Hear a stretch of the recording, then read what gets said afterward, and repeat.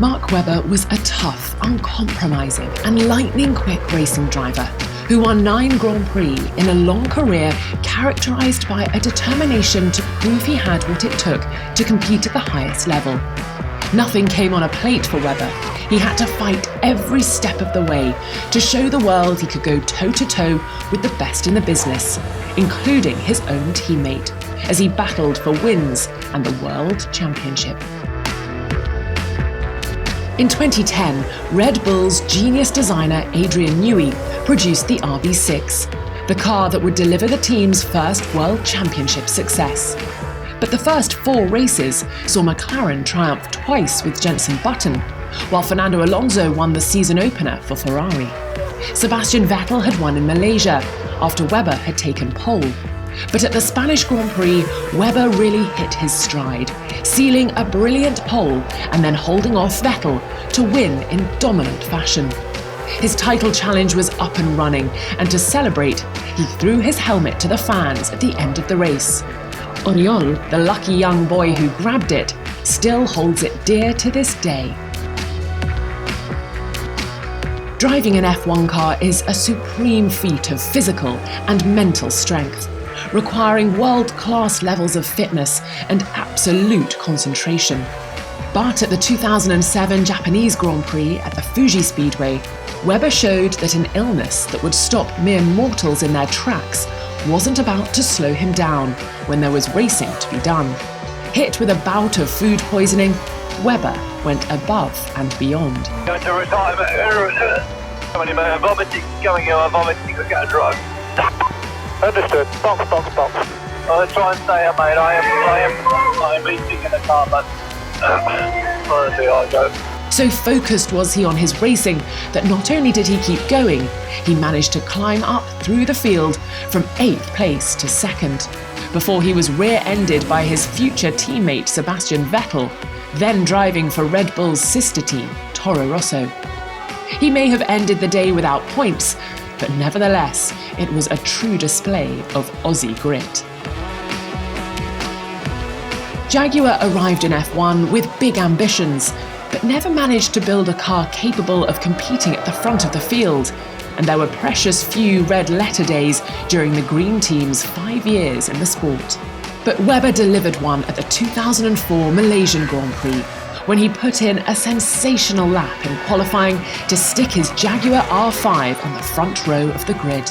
The Australian was in superb form, nailing a lap in fully dry conditions that put him on provisional pole, and was then beaten only by the all-conquering Ferrari of Michael Schumacher to leave him P2 in a car that scored points only 5 times all season. The team were absolutely wrapped. We are absolutely over the moon. We've done a really good job this weekend. We've done our preparation with Michelin and worked hard, and we hope we can get some good points tomorrow. It was the only front row start Jaguar ever achieved in F1. And though Webber dropped down the order on race day, he'd proved his talent could mix it at the sharp end of the grid, even in a car that had no business being there. The pressure was already mounting on Webber as the 2011 championship battle moved on to China. The season was only 2 races old, but his Red Bull teammate Sebastian Vettel, reigning champion at the time, had won them both, and Webber needed a big haul of points to muscle his way back into the title race. The weekend started badly when electronic issues on his RB7 saw him knocked out of qualifying early, meaning he would start the race from a lowly P18. But Webber was often at his best when his back was against the wall, and so he proved on race day in Shanghai, as he picked off car after car, including the likes of Michael Schumacher and Fernando Alonso, to slot into P4 as the final lap began.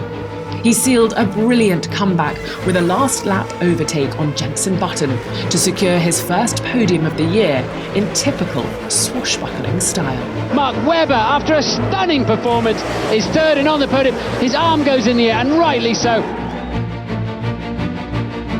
2010 was a fractious year in the Red Bull camp, as the team adjusted to being frontrunners, and Webber and teammate Vettel slugged it out for the World Championship, along with Ferrari's Fernando Alonso and McLaren's Lewis Hamilton and Jenson Button. Webber and Vettel had collided at the Turkish Grand Prix as tensions between the two boiled over, and each had 2 wins under their belt as the battle moved on to Silverstone for the British Grand Prix. But Vettel was ahead on points. Webber saw a chance to strike back, but was incensed when the Red Bull team took his new spec front wing, of which there was only one, and gave it to Vettel, after the German had damaged his in practice on Friday. After missing out on pole to Vettel by 1/10 of a second, Webber was in no mood to compromise on race day, and refused to yield when Vettel tried to squeeze him into Copse Corner on the opening lap. Webber took the lead as Vettel ran wide and picked up a puncture, leaving the Australian out in front and able to claim a superb victory, and making a clear point to the team with a now infamous radio message on his victory lap. Well done, Mark, you drove very well today. Great job. Fantastic, guys. Stop there for number 2 driver. Cheers. Mark Webber's F1 career was characterised by his intense determination to get the best result possible, often when driving substandard machinery throughout plenty of difficult years with Jaguar and Williams.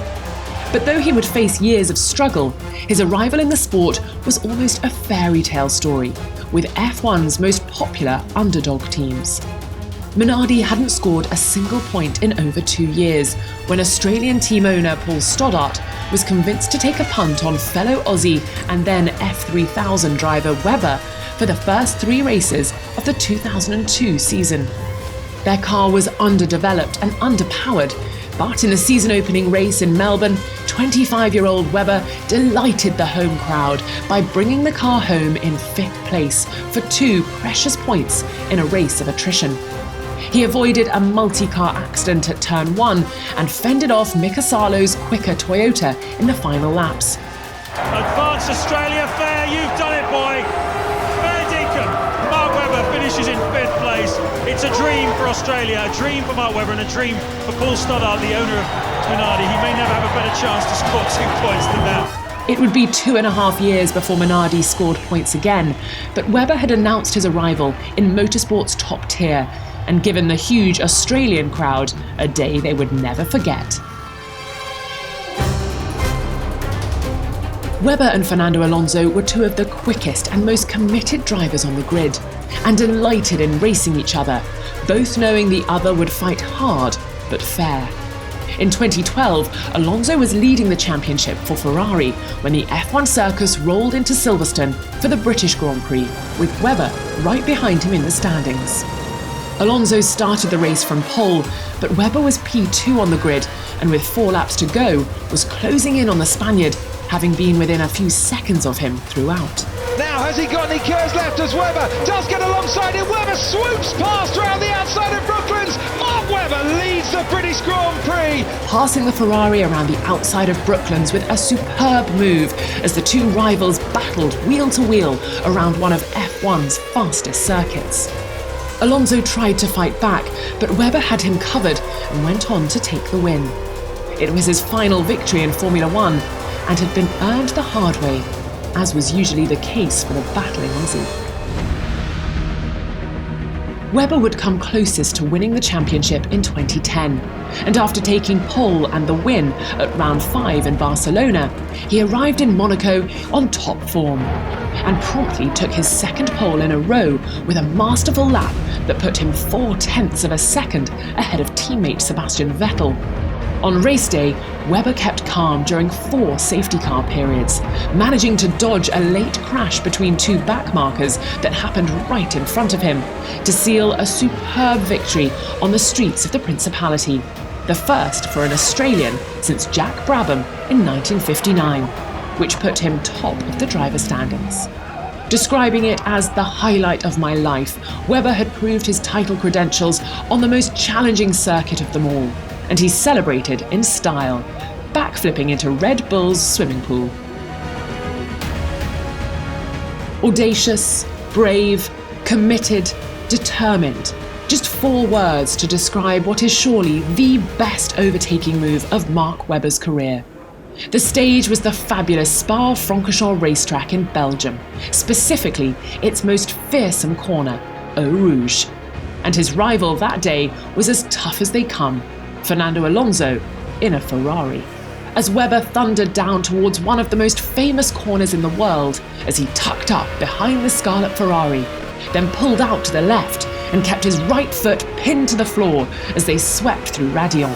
Oh, they're so close on the way in, and Alonso had to yield, and just as well he did. Incredibly brave move from Mark Webber there. It was a breathtaking manoeuvre by one of F1's most fearless drivers, which proved Webber wasn't just a gritty fighter. He also had the skills to match the very best in the world. No one could say Webber didn't earn his seat at F1's top table.